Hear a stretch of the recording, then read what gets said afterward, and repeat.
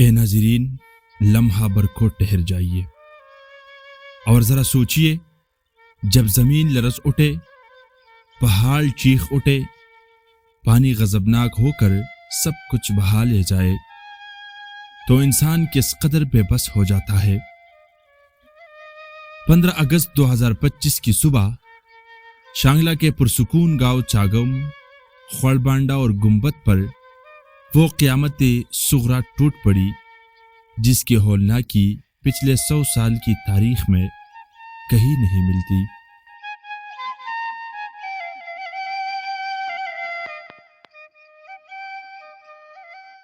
طوفان اور سیلابی ریلے ایسی بے رحمی سے ٹوٹے کہ لمحوں میں بستیاں صفحہ ہستی سے مٹ گئے۔ چیخ و پکار سے فضا گونج رہی تھی، ہر طرف بکھری لاشیں، ڈوبتے مکانات، بہتے جانور اور اجڑی زندگیاں۔ یہ سب کچھ کسی خواب نہیں، ایک حقیقت تھی۔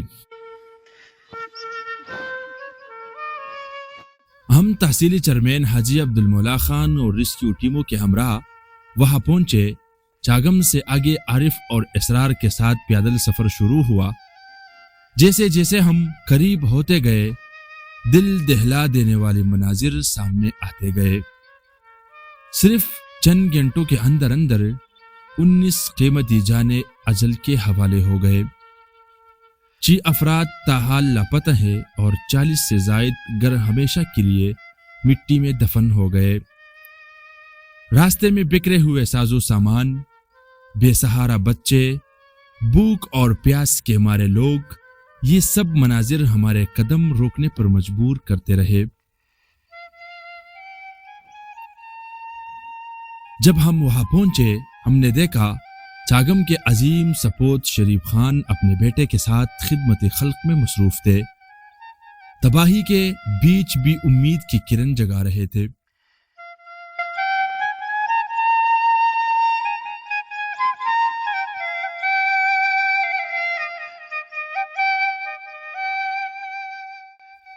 ڈرون کی آنکھ نے جب منظر دکھایا، وہ کسی قیامت سے کم نہ تھا۔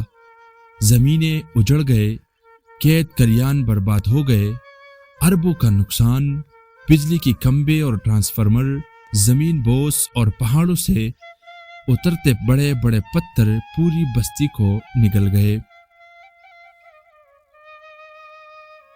ہم نے شہداء کے لیے دعا کی اور ان غیور لوگوں سے بات کی جو اپنی ہمت اور حوصلے سے رونے والے کو سہارا دے رہے تھے۔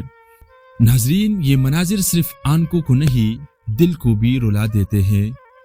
قدرت نے اس دن ہمیں دکھا دیا کہ انسان چاہے جتنے بڑے بڑے دعوے کرے، مگر قدرت کی جلالی قوت کے آگے کچھ بھی نہیں۔